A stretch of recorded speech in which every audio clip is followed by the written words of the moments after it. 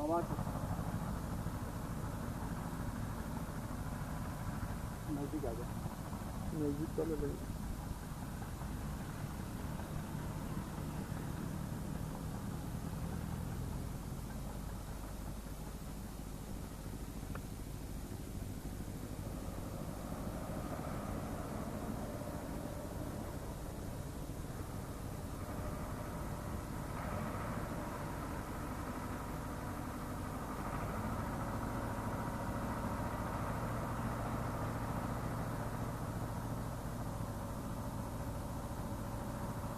कमरिया बाबा के परम शिष्य नागाजी बानी। यहाँ के तो पूरा नाम हम नहीं जानत, नाम अपन इहे के बताई। राउर पूरा नाम का है? नाम तो ठीक है, केवल नागाजी। हाँ, नाम तो भगवान की कृपा से गुरु महाराज जी ने गंगा जी के किनारे पर वो अनुष्ठान रहा और वहीं पर उन्होंने ये नाम का उच्चारण किया। और बचपन से नाम आपका क्या है? बचपन का नाम तो हमारा प्रेमचंद है। प्रेमचंद अच्छा नाम। और कार्य कौशल को देख करके उन्होंने अपना ये किया। बाबा से आपका मुलाकात कब हुई?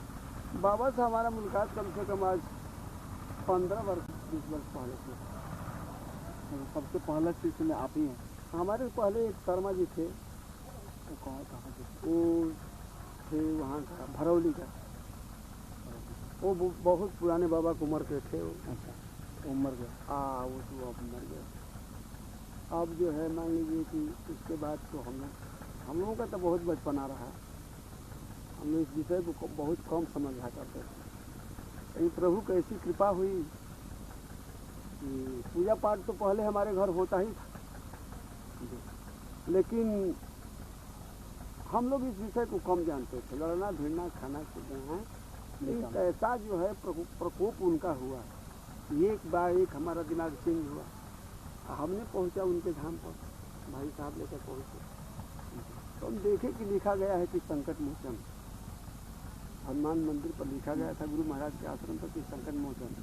हमारे दिमाग में आया कि अब यहाँ अगर संकट दूर नहीं होगा तो फिर अब इससे दरबार कोई बड़ा भी नहीं होगा। हम गिरे, गुरु महाराज जी ने हमको उठाया और साथ साथ बहुत दिन रखे उन्होंने। उसके बाद कुछ दिन के बाद हम लोगों का त्याग हुआ। जो त्याग ऐसा त्याग रहा जो उन्होंने कहा कि जैसे भगवान राम वनवास गए उस तरह का त्याग आपका है, और 12 बरस का अनुष्ठान है। बड़ा कुछ गम सताया हमें, लेकिन फिर भी जो है गुरु के बात को मानना ही था। और उन्होंने हमको भेज दिया कारो। कारो गए और बोले कि कोई आदमी अगर आपको कुछ दे लेता आप कुछ लिए दीजिएगा नहीं। लेकिन हम वहाँ पहुँचे और जा कर के मंदिर में सोए थे। अचानक जब 12 बजा तो एक बुढ़िया आई पूजा करने के लिए। हम जो है वहाँ सो करके यही सोच रहे थे कि क्या प्रभु आपने सारी व्यवस्था को दिया और पर्सनालिटी आदि सारी चीज़ दिया, फिर आप इस बीच में ऐसा काम क्यों कर दिया? हम रो रहे थे तब तो बुढ़िया आई, कही क्या बेटा क्या बात? मैंने कहा कुछ ना कुछ बात नहीं। लेकिन किस बात की कमी है जो आप का मंदिर में रो रहे हैं? हमने उनसे बताया। लेकिन फिर उस बुढ़िया जब चली गई तो जस्ट जो है आधा घंटा के बाद गुरु महाराज जी पहुँच गए। हम उसी पीरियड में अभी बोले बेटा हम नहीं बाबा कहें रो तो हम कहने ऐसे ही बाबा।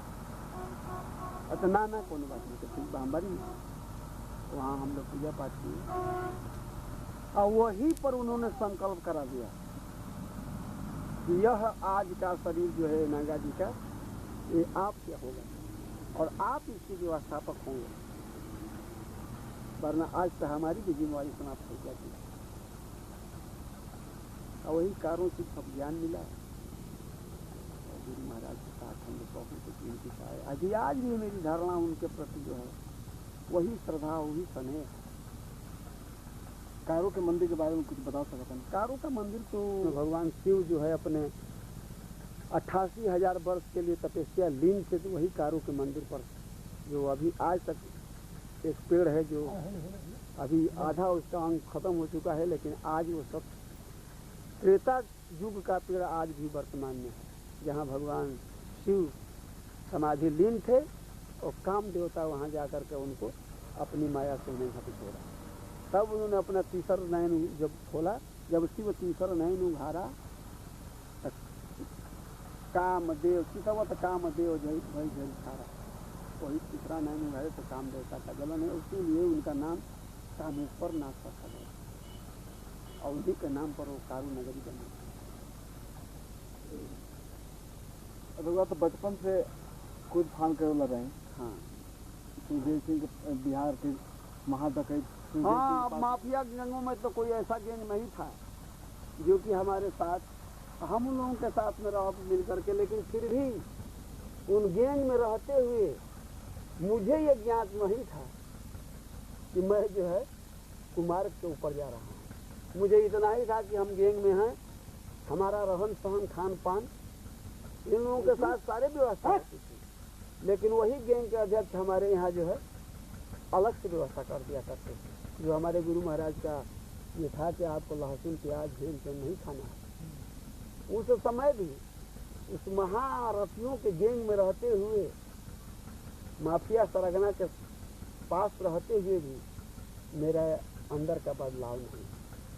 बाहर में लोग समझते थे कि ये सरदार है, इसलिए कि हम अपने हाथ में जब राइफल लेकर के खड़ा हो जाते थे तो ये हमारे गैंग के जितने लोग थे ये जा करके हर दुकानदारों से अपना वसूली कर लिया करते थे और यही दिखाते थे कि वो हमारा सरदार मिलिट्री रिटायर आया। और मुझे ये मालूम होता था कि हमारे नाम पर ही ये लोग सारे खेल खेल रहे हैं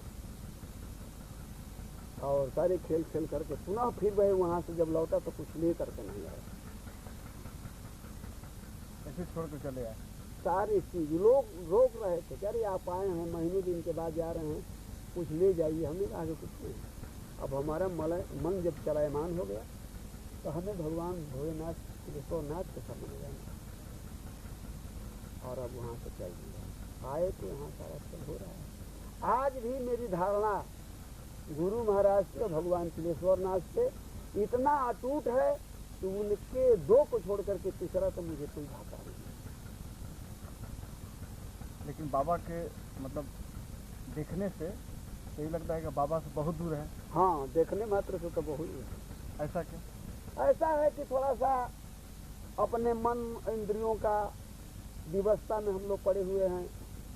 हम समाज को आज तक किसी को दोषी नहीं ठा रहे। ये हमारी कमी है, हमारे अंदर की कमी है, जिस कमियों को हम दूर नहीं कर पा रहे हैं। इसके कारण थोड़ा सा दूर रह करके और अंदर आत्मा का लगाव उतना है कि उसका कोई तुलना नहीं।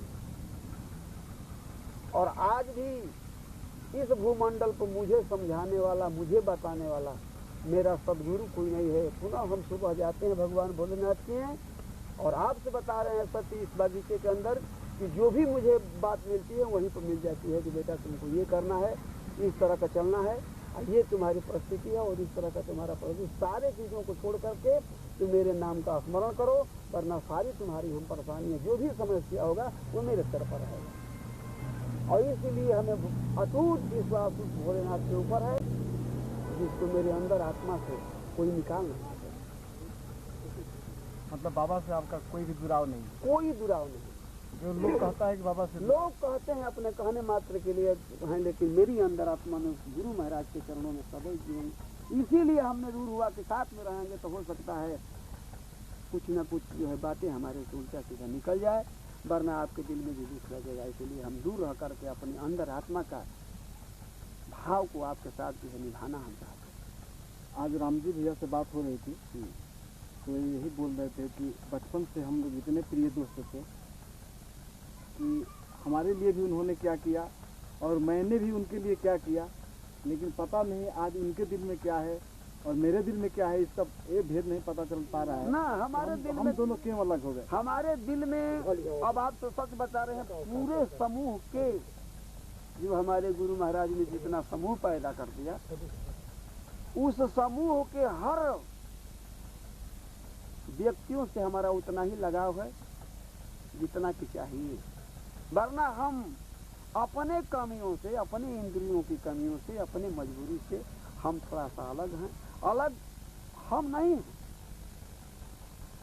लेकिन मुझे ऐसे इंद्रियां प्रकोप करके मुझे नचा रही है, मुझे इस बात का भी कि कितना दिन तक ये अलग रह पाएंगे?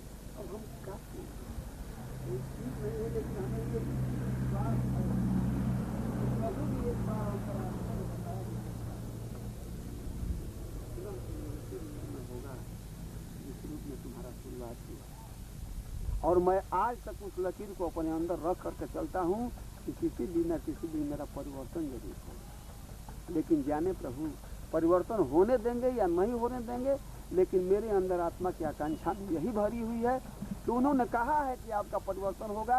हो सके 2 वर्ष के लिए, 1 वर्ष के लिए हो, लेकिन परिवर्तन होना हमारे अंदर आत्मा की पकड़ जरूर है। बाबा के बारे में और कुछ कहना चाहता नहीं? बाबा के बारे में हम क्या कहें, वैसे देवता उस तरह का गुरुदेव इस धरती पर अब कम मिलने वाला। अफसोस इस बात की है कि उनके जाने के बाद इस समूह का संस्थापक कौन होगा, किसके हाथ में बागडोर होगी, यही सबसे बड़ी अफसोस की बात है। मैंने कल बाबा से पूछा था, जो कैमरे में बंद करके रखा है, बाबा ने बताया कि भगवान हमारे जाने के बाद खुद भेज देंगे यहाँ पर। ये तो होता ही, ये तो होता है कि जो है भगवान किसी न किसी के अंदर आत्मा में बैठ करके उस कार्य को चलाते हैं। लेकिन उस तरह का कार्य नहीं चलेगा जिस तरह से गुरु महाराज ने हमारा कार्य चलाया। उस तरह का क्षमता और उस तरह का बर्ताव हमारे अभी दिखाई नहीं दे रहा है हमारे समूह।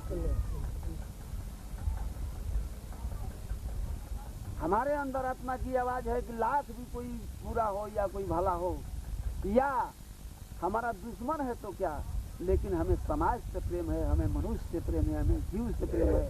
सचराचर के जो भी जीव है वो हमारा प्रिय है। हम उससे अपने जीते जी नफरत की भावना नहीं चाहते हैं। और यही मेन कारण है जो कि जितना दिन इस समाज से हम दूर रहें या और कुछ कहना चाहता नहीं? और कुछ कहना क्या है, कहने के लिए तो बहुत बात है, लेकिन फिर एक ही शब्द है कि इस धरातल के ऊपर एक परम पिता परमेश्वर, उनके ऊपर विश्वास करके अपने अंदर आत्मा में एक लकीर बना करके रहना ही सबसे बड़ी चीज है, वरना इस धरती पर अपना कोई है नहीं। और मालिक पर अगर जो भरोसा किया वही सर्वदा के लिए सुखी रहेगा। ये हमारे गुरु महाराज की देन है जो कि हम लोग बोल ले रहे हैं, कुछ कह रहे हैं, वरना हमारे अंदर कोई ऐसा चीज नहीं दिखाई दे रही है जिसको लेकर के हमारे अंदर कुछ अहंकार। हम तो इतने गिरे महसूस हो रहे हैं जितना इस 184 जूनी पर हमारे जैसा गिरा हुआ कोई नहीं। इसलिए हम कहते हैं कि परवरदिगार, अगर उठाने में तुम्हारी क्षमता है, पापियों में भी सबसे बड़ा पापी मेरा भी उसमें नाम होगा, तो मारने की क्षमता है तो मैं हाजिर हूँ, उठाने की क्षमता है हाजिर हूँ, लेकिन मेरे बस की नहीं है कि मैं अपने से उठूँ या अपने से नहीं। शरणागत में है, चाहे जिस गड्ढे में जाएंगे तुम्हारे भी नाम का आराधना होगा। और उसके लिए मुझे अब ख्याल नहीं है कि मेरे ऊपर इसका दंड और पर उत्तर का मिलेगा। अब मुझे समझ नहीं, बस एक ही समझ है कि तेरा नाम लेकर के हमें अब चलना है, चाहे जिस रूप में जाएं, जहाँ भी जाएं, बस तुम्हारा ही नाम।